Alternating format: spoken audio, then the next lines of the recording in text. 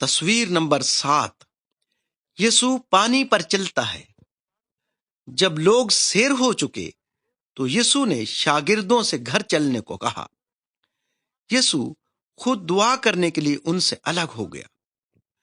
اس کے شاگرد جھیل پار کرنے کے لیے کشتی میں سوار ہو گئے۔ اس وقت اندھیرا چھا گیا اور جھیل میں ایک خوفناک طوفان آ گیا۔ تب یسوع پانی پر چلتا ہوا ان کے پاس آیا۔ وہ بہت ڈر گئے۔ ان کا خیال تھا کہ یسوع کوئی روح ہے۔ یسوع نے ان سے کہا، یہ میں ہوں، ڈرو مت۔ وہ کشتی میں سوار ہو کر ان کے پاس آ گیا اور طوفان تھم گیا۔ دوستوں نے دوبارہ جان لیا کہ یسوع میں خدا کی قدرت ہے۔